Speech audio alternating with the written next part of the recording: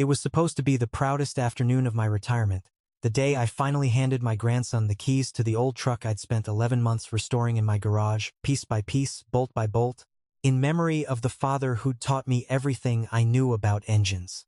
The 1968 Ford sat gleaming in my driveway that Saturday morning, its forest green paint catching the early light, and I ran my hand along the hood one last time before Tommy came bounding out of the house. He was turning 18 that day, and this truck was meant to be more than a gift. It was meant to be a bridge across time, a way of putting my father's hands back on a steering wheel through his great-grandson's. My late wife, Dorothy, used to tease me about spending so many weekends out in that garage, grease under my fingernails, radio playing the old country stations. She never lived to see it finished. Cancer took her 18 months before I turned the last bolt, and in a strange way, finishing that truck became the thing that got me out of bed most mornings. Every dent I hammered out, every wire I traced and replaced, was a conversation I was having with people I'd lost. My son Robert understood that. He'd stood beside me in that garage more evenings than I could count, handing me tools, listening to stories about his grandfather that he'd never gotten to hear firsthand.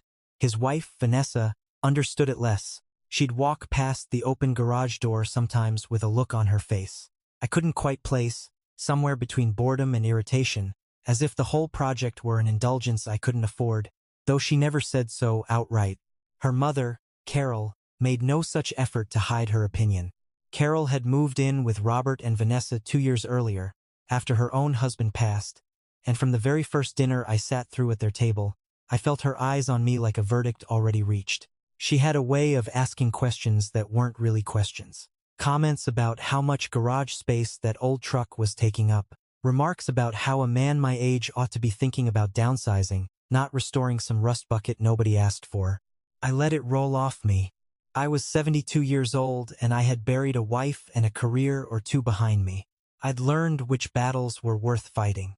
Tommy came running across the lawn that Saturday morning in his socks, no shoes, hair still messy from sleep, and when he saw that truck sitting in the driveway with a red ribbon tied clumsy around the side mirror, he stopped dead in his tracks. His mouth fell open. "Grandpa," he said, "is that?" I nodded before he could even finish the question, and he let out a sound somewhere between a laugh and a shout and ran straight into my arms the way he used to when he was 7 years old, not 18. Over his shoulder, I caught Robert's eye, and I saw the same flicker I'd seen when I handed him his own father's old fishing rod years back. A flicker of recognition, of history passing hand to hand. "This is Great-Grandpa Walt's truck," I told Tommy, my voice thick. "He drove this exact model when he came home from Korea. I've been putting it back together so you'd have something of his to carry with you." Tommy ran his fingers over the dashboard like it was something sacred, and in that moment I felt Dorothy standing somewhere just behind my shoulder, the way I always did on days that mattered. The neighbors had gathered a little, the way neighbors do for anything involving a shiny old truck in the driveway, and Robert had set up a small table with lemonade and a cooler of drinks for what was meant to be a simple family cookout before the bigger birthday party that evening. It was supposed to be a quiet morning of pride and grease-stained hugs before the real celebration began. Vanessa arrived home from the grocery store just as I was walking Tommy through the engine, showing him where I'd replaced the carburetor, and Carol trailed in behind her carrying 2 paper bags. I watched Carol's face change the moment she saw the truck sitting there gleaming and adorned with a ribbon, and something tightened behind her eyes. She set the bags down hard on the porch step. Vanessa, meanwhile, stood a few feet back, arms crossed, that same unreadable expression from all those months in the garage doorway, except now it looked less like boredom and more like something building toward a decision. I didn't think much of it. I was too wrapped up in watching my grandson's face as I walked him through the mechanics of a machine I'd poured a year of grief and love into. Robert called everyone over for the small gathering, and we stood around the truck while he raised his glass of lemonade for an impromptu toast, saying a few words about his grandfather, about tradition, about how proud Dad would be to see this old truck running again in his family's hands. It was a good moment. It was, for a few minutes, exactly the day I had imagined while sanding rust out of those fender wells alone in my garage at midnight. Then Carol stepped forward, right in the middle of Robert's toast, and said loud enough for the whole yard to hear that this whole display was exactly the kind of thing that was bankrupting this family. She said it plainly, flatly, like she'd been waiting for the right audience. Robert's smile faltered. Vanessa didn't tell her mother to stop. She didn't say a word at all, and that silence somehow felt louder than anything Carol could have said. Carol kept going, saying that a used truck from 1968 wasn't a gift, it was a liability, that any responsible grandfather would have put that money toward Tommy's college fund instead of playing mechanic in the garage for a year. And then, before anyone could stop her, she marched over to the driver's side door, wrenched it open and grabbed the small wooden box sitting on the bench seat, the box I'd built myself to hold my father's old dog tags and the photograph of him standing beside this very truck back in 1969. Before I could even move, before the words could form in my throat, she hurled that box across the lawn. It struck the flagstone path and burst open, the dog tags skittering across the stone, the photograph fluttering down into the flower bed like something already dead. The yard went completely silent. Tommy's face crumpled from joy into something I hadn't seen on him since he was a small boy waking from a nightmare. My own chest seized up, a cold hand closing around something vital. I stood there staring at that photograph lying face down in the mulch, my father's 23-year-old face pressed into the dirt, and I could not make my legs carry me toward it. Carol turned to me then, and her voice cut through the stunned quiet like a blade. "You useless old man," she said, "filling their heads with junk from a war nobody remembers, playing with your little toy while decent people worry about bills. This family doesn't need your garage sale nostalgia. It needs someone who can actually contribute." The words landed on me exactly the way she intended, each one aimed at the softest part of an old man's pride, and I felt the whole yard's eyes swing toward me, that terrible mixture of pity and shock I remembered from every difficult moment of my life, except this time it was happening in front of my grandson on his 18th birthday. I looked toward Vanessa, waiting for her to say something, anything, to tell her mother that was enough. She only looked down at her shoes. I thought, for one sick moment, that I might actually be sick right there on the lawn. And then a voice broke through the silence, low, calm, and carrying a kind of steel I had rarely heard from my son in 30 years of knowing him. Robert set his lemonade down on the table without a sound. He didn't look at his wife. He looked directly at Carol, the way a man looks at the actual source of a fire rather than the smoke. "I have let a great deal slide in this house," he said, his tone even, almost gentle, which somehow made it more frightening than if he'd shouted. "But you will not throw my grandfather's memory into the dirt in front of my son." A gasp went through the small crowd of neighbors still lingering near the fence line. Vanessa's head snapped up, her face draining of color. "What did you just say to my mother?" she said, her voice climbing fast toward a shriek. Robert didn't turn to her. His eyes stayed fixed on Carol. "You heard me," he said. "Dot. It's time for you to go home, Carol. Not for the weekend. For good." Vanessa's composure shattered completely then, the careful blankness she'd worn for 2 years cracking into something raw and furious. She started shouting, first at Robert, then wheeling toward me with an accusation I couldn't even follow, her hands coming up like she meant to shove someone, and for one terrifying second I thought it might be me. But Robert was already moving, and he stepped between us with a swiftness I hadn't seen in him since he was a young man, putting his body between his wife's fury and his father's trembling frame, and he said, quiet and absolute, "You will never speak to my father that way again." There was no negotiation in his voice. It was simply a fact he was stating into existence. Robert walked to the coat closet just inside the front door and came back out holding Carol's purse and the light jacket Vanessa had draped over the porch railing that morning. He held them out without another word, and the silence in that yard felt like something physical, something you could have leaned against. Carol's face went through fury, disbelief, and finally a cold, brittle resignation. She snatched her purse from her son-in-law's hand, gripped her daughter by the wrist and pulled her toward the driveway, hissing something about how they'd see how long this little rebellion of his lasted, how he'd come crawling back once he realized what he'd thrown away. Vanessa cast one last look back at all of us, a look that seemed to hold both hatred and something like fear, before she let her mother pull her into the car. The engine started hard, tires chirping against the asphalt as they pulled away, and the sound of that car door slamming seemed to echo far longer than it should have. For a long moment, nobody in that yard moved. The neighbors drifted quietly toward their own homes, murmuring, sensing they'd witnessed something that wasn't theirs to comment on. Tommy stood frozen by the truck, tears streaking silently down his face, staring at the flower bed where his great-great-grandfather's photograph lay ruined in the dirt. My own hands were shaking, a fine constant tremor I couldn't will away, the adrenaline of the moment finally catching up with a heart that wasn't as young as it used to be. Robert stood with his back to us for a moment, shoulders rigid, staring down the empty driveway. Then he let out a long breath and turned around, and in his eyes I saw not just anger but a grief and a fierce protectiveness that told me everything about the man I had somehow managed to raise. He crossed the lawn and knelt down beside the flower bed, and without a word, he began gathering the pieces. He picked up each dog tag individually, brushing dirt from the grooves of the stamped letters. He lifted the photograph carefully, cradling it in both palms like something that might still be saved. My brother Harold, who had been standing near the garage the whole time in stunned silence, finally came over and put a hand on my shoulder. "You holding up, Walt?" he asked softly, and I could only manage a weak nod, unable to push words up through the wreckage of feeling lodged in my throat. But then, I heard a small voice beside me. It was Tommy, wiping his face with the back of his hand, looking down at his father working in the flower bed. "Dad," he said quietly, can it be fixed?" Robert didn't answer right away. He turned the photograph over gently, wiping the mud from the corner with his thumb, and I watched his face as he studied it, the crease along the middle where it had folded on impact, the small tear at one edge. He walked over to the porch steps and set it down carefully on a clean towel, then went back for the dog tags, lining them up one by one until all three were accounted for. He held the chain up to the afternoon light, and something in his expression eased just slightly. "It's still here," he said, his voice rough. "The photo's creased, but his face is intact.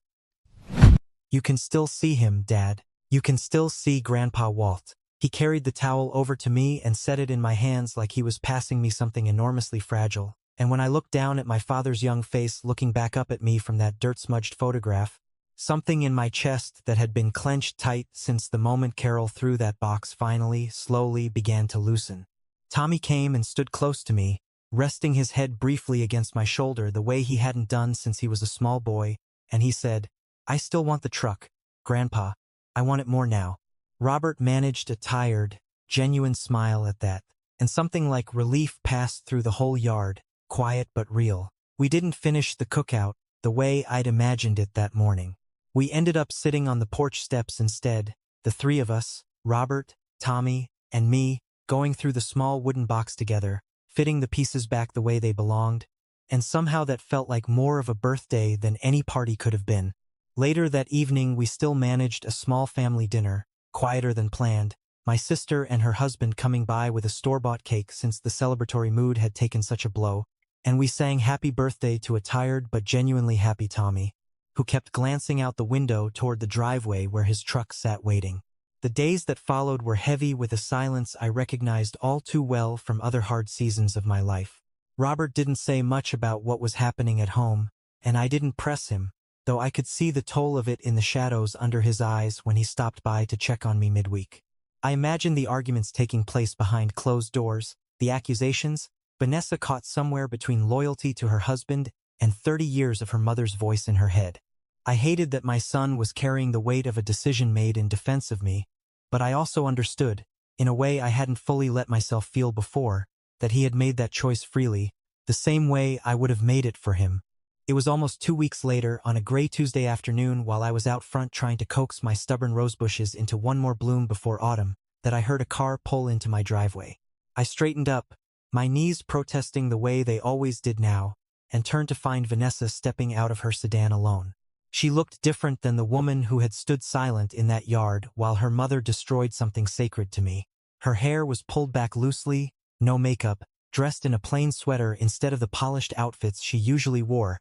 Her eyes were red-rimmed, the look of someone who hadn't slept properly in days. "Mr. Bradford," she said, her voice small, almost unrecognizable from the shrieking fury I'd heard in my own yard. "Could I talk to you for a minute?" I hesitated, the memory of that throne box still sharp in my mind, but I was a man who had spent 72 years trying to believe people capable of better. I set down my gardening shears and told her to come sit on the porch. She lowered herself onto the porch swing like her legs might not fully hold her, and for a long moment she just stared at her hands. "I am so sorry," she finally said, her voice breaking on the word sorry in a way that sounded like it had been building for 2 solid weeks. "I don't expect you to forgive me. What I did, what I let my mother do, there's no excuse for it." I watched her carefully, waiting, remembering all the accusations I'd braced myself to hear and finding none of them coming. "I have spent every night since that day replaying it," she went on. "Replaying Tommy's face, replaying yours. For not of me. And Clee, Tommy's face. I keep asking myself how I became a woman who could stand there and say nothing while her mother threw an old man's father into the dirt." She wiped at her eyes, and I found, much to my own surprise, that the anger I had been carrying for 2 weeks was already beginning to soften at the sight of her genuine unraveling. "It's all right," I told her quietly. "How can it be all right?" she asked, her voice cracking again. "I called your truck a liability. I let my mother call you useless. I did nothing while she destroyed something that can never be replaced. People make mistakes," I said. "What matters is what you do after." She looked up at me then, something steadying in her expression, like she'd been waiting for permission to say the rest of it. "There's more," she said. "You need to hear all of it, not just the apology." She told me then what she had never told Robert, not fully, not until that week. That her mother had been engineering a slow campaign for over a year, not just against me but against the marriage itself, convincing Vanessa in small increments that Robert's closeness to his father was a threat to her own place in the family, that every hour Robert spent in my garage was an hour stolen from his wife and children, that a man my age with no wife of his own was destined to become a burden they'd be stuck caring for. Carol had been the one pushing Vanessa toward suggesting they move across the state for Robert's job, specifically to put distance between us. "She has never forgiven her own father for how close he was with my brother growing up," Vanessa said quietly. "I think somewhere along the way she decided the same thing was going to happen to me, that I was going to lose my husband to his father the way she felt she lost hers to his sons. I didn't see it as manipulation. I saw it as her looking out for me, and I let her poison how I saw you, and how I saw Robert's love for his family. I let her turn a man, restoring his father's truck, into a villain in my head." I sat with that for a long moment, feeling the old anger and a new, unexpected sorrow rise up together. "That's a heavy thing to carry," I told her finally. "Both what she did to you growing up and what it cost you now." Vanessa nodded, tears falling freely. "I don't want a divorce," she said. "I don't want my children growing up the way I did, learning that love comes with conditions and control. I want to be the kind of mother, the kind of wife, who actually protects her family instead of letting someone tear it apart from the inside. Please, will you help me talk to Robert?" I looked at this woman who 2 weeks earlier had stood silently while something precious to me lay shattered on the ground, and I saw instead someone who had spent decades being shaped by a mother's careful, corrosive hand, only now beginning to see the shape of the cage she'd been standing in. "Robert is a good man," I told her gently. "He loves you. He wouldn't have fought the way he did if some part of him didn't believe you were worth fighting for." She let out a shaking breath at that, something between relief and fresh grief.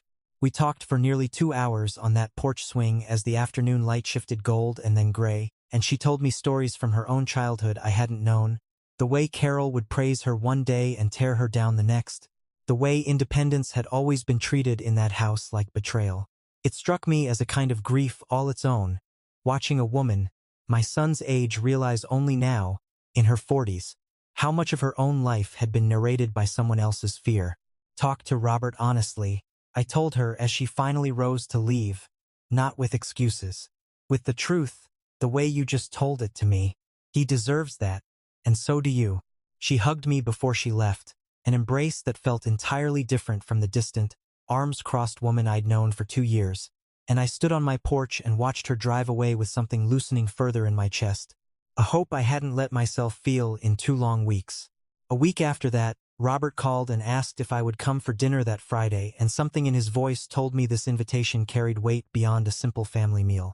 When I pulled into their driveway that evening, the house looked different somehow, warmer, lights glowing gold in the windows instead of the tense quiet I'd grown used to imagining behind those walls. Vanessa opened the door before I even reached it and pulled me into a hug that lasted a beat longer than any hug she'd given me in 2 years. Tommy came thundering down the stairs to show me a text he'd gotten from a buddy admiring a photo of the truck.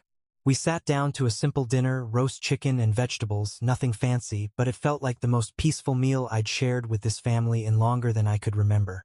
Partway through, Robert reached over and squeezed my hand where it rested on the table.